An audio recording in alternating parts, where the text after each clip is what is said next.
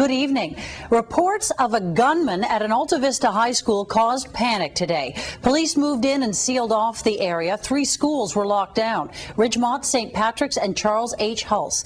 Students were ordered to stay in classrooms while worried parents waited for information. Simon Gardner has the details.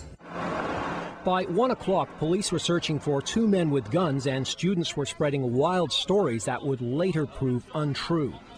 People were telling me they were hearing gunshots inside the class. Sounded like an M16. Sounded something big. At 12:24 earlier this afternoon, the Ottawa police received 2 911 anonymous calls that 2 men had entered at Ridgemont High School and the men were armed. Worried parents raced to the area, but some had trouble getting information because the schools were all in a state of lockdown. They are telling us that they saw somebody with firearms or something, and it could be a prank, but they didn't they had to take it seriously. It's still not clear if there was a real threat, but there are numerous reports of students fooling around with paintball guns. There are paintball fragments on the ground outside Ridgemont High School. You're looking at a paintball wrapper from a paintball gun that they were shooting. We just kind of ignored it. It happens a lot at our school.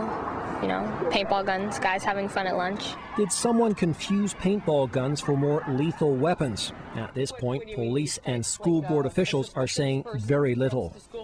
I can't confirm whether or not there was a paintball incident this morning. By mid-afternoon, the lockdown at the 3 schools was over. A police investigation is still underway. Simon Gardner, CBC News, Ottawa. I'm Danny Globerman. Today's incident inevitably casts the spotlight on Ridgemont High School and its notorious reputation as a violent school. But as Ridgemont prepares to celebrate its 50th anniversary reunion this weekend, the question now being asked is whether that reputation is in fact still deserved. Is Ridgemont a place where students can feel safe? Last month we had three big things. We have had the cops here. This is the 4th time we've had the cops here this month.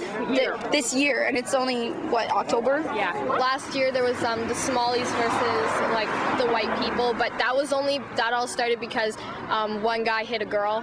So like everybody got involved in it. But I think half of the problem is just the racist thing. Accusations of racism are especially serious, given that staff describe the school as a model of multiculturalism. There are 830 students at Ridgemont from nearly 4 dozen language groups. For many students, the fights that do occur are no different than the sort seen at other schools, and they insist it's not racism at work. Everyone's always like, don't go to Ridgemont, you're going to get shot, but nothing bad ever actually happens here. It just has a bad reputation, but there's nothing that actually happens. I don't think there's any racial problems or violence at all. Yeah, not at all. None that I've ever encountered. I've been here for 4 years. Yeah, I've never seen any. I've been here for 2. There's no racial problems. Ridgemont, we're multicultural. We love it. Never been any problems, nothing. Like, I don't know what has happened in the past, but like past, I mean like 10 years ago, but like I've been here for, this is my 4th year now. No racial problems. I haven't seen any racial problems at all here.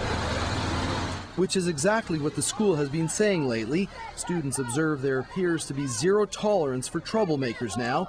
So while some say the school still has problems, many others clearly hope Ridgemont can somehow shake the reputation that many here insist is no longer deserved. Dan Globerman, CBC News, Ottawa.